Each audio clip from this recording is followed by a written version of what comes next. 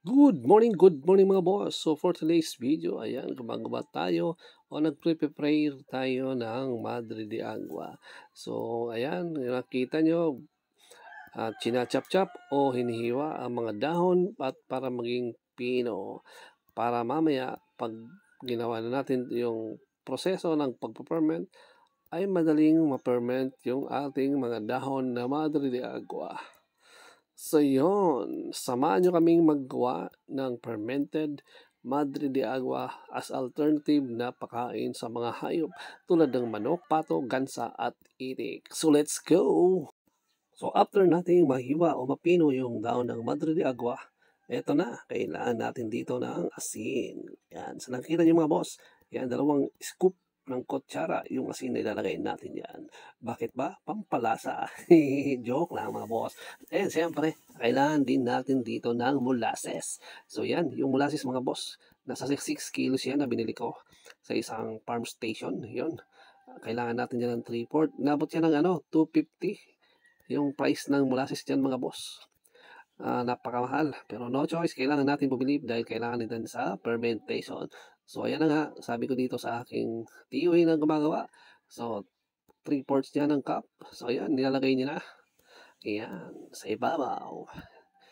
And pagkatapos ng mga boss, pag nilagay na yung molasses, ayan, kailangan ulit natin dyan ng tubig, at least 1 liter. Ayan. So ayan, dahan-dahan, medyo pakit pa yung ginagawang paglagay ng aking tiyuhin ng molasses. So ayan, sabi ko yung molasses na to ay lagyan ng tubig para masimot yung molasses. Kasi sayang, di ba? Napakamahal ng molasses. Dati hinihingi yan. Ngayon, binibili na, pambihira. Malapit pa naman kami sa sa gawaan ng mga asukal. So yan, hinihingi lang yan ng panahon. Ngayon, binibili na. So ayan, sabi ko simutin. Ayan, sinisimot na ng tiyuhin ko yung molasses doon sa cup. Ayan, kinamay na. Ayan, so ganyan. Para hindi masayang mga boss yung ating mga molasses. So ayan. So after nyan mga boss, kailangan natin i-mix yung Madre de Agua. Ayan. So ayan, kailangan natin ng tubig. Ayan. Yung tubig at least 1 liter. Ayan. So ibuhos natin dyan para at least yung asin ay pumunta sa ilalim. Yan, kasama na yung molasses. Siyempre, pagkatapos niyan, kailangan nating i-mix. Yan, kagaya ng ginagawa ng aking tiyuhin. So, yan, sabi ko, i-mix niya. So, ako ay isang taga-camera ngayong oras na to.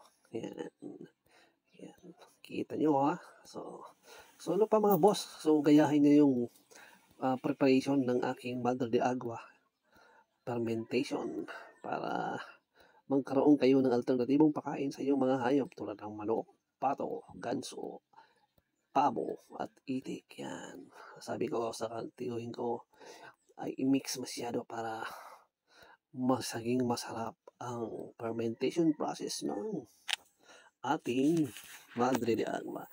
And yung fermentation process mga boss, it takes 7 days or 1 week. Pwede naman pautin ng 15 days. Pero kung kailangan na ng pakain kasi sobrang mahal ng mga feeds.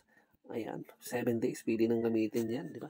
So, huwag nyo lang bibiglain yung pato. So, kailangan dito, pag ferment na tong ating Madre de Agua, at least half kilo or 1 kilo, depende sa dami ng pato. Yan, i-mix natin yung ating fermented na Madre de Agua. So, ayan.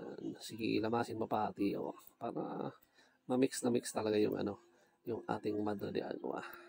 And then, siyempre, pagkatapos niya na ma-mix, itong yan, pinapiga-piga pa talaga. Yan, talagang sulit yung paggawa. Diba? Ayan, so pagkatapos niyan, kailangan yung kumuha ng pangtakip dyan. Kasi, kailangan ma-ferment nga. Hindi pwedeng ma-infect. Kaya pinakuha ko siya ng yan.